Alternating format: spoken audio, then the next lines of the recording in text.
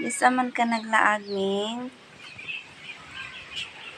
sama niya akong kinabuhi diri sa probinsya. Ang akong body natulog pa.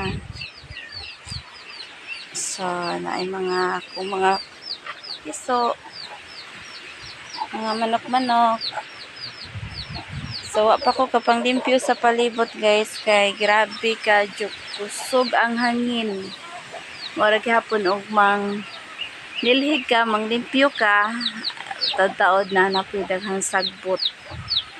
Tungod kay sa kakusog sa hangin, mapalid sila, mga dahon-dahon. So man akong mga bagong tanom, kani spring onion, nagkuan po kong pichay guys. Kay hilig man ta magsabaw-sabaw og mga isda. So lami ni siya isagol sa linawang isda. So gwapa na kayo siya guys. Nindot na kayo siya tubo. So naman tayo daghang iti diha, may atong himog fertilizer. So napo ko diha mga taong. So napog ko'y bagong pugas diri nga mais.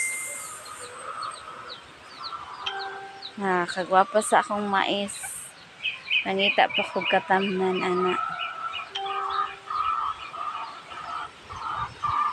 So dirita sa akong chicken.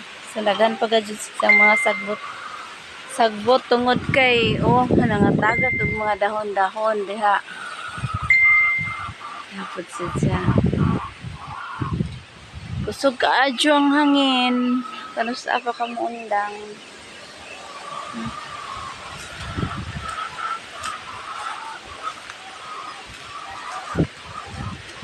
Ang akong chicken diri.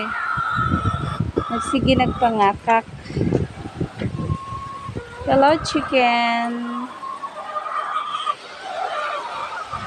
Asa naman ninyong mga egg?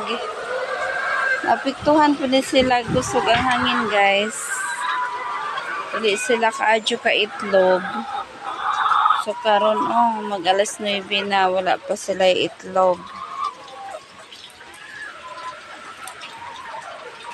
Tulo ra ka buok. Diri pod. 2, 5, 6 ra ka buok.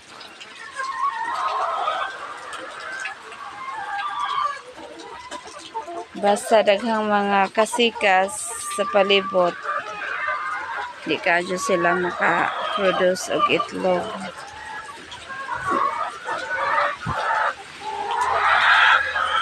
Kakak lagi pag kuan na, ang itlog na.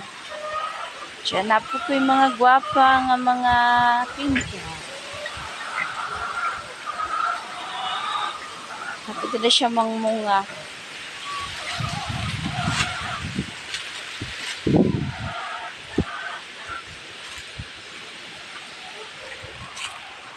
Sa mga ora to guys, thank you for watching. Bye bye.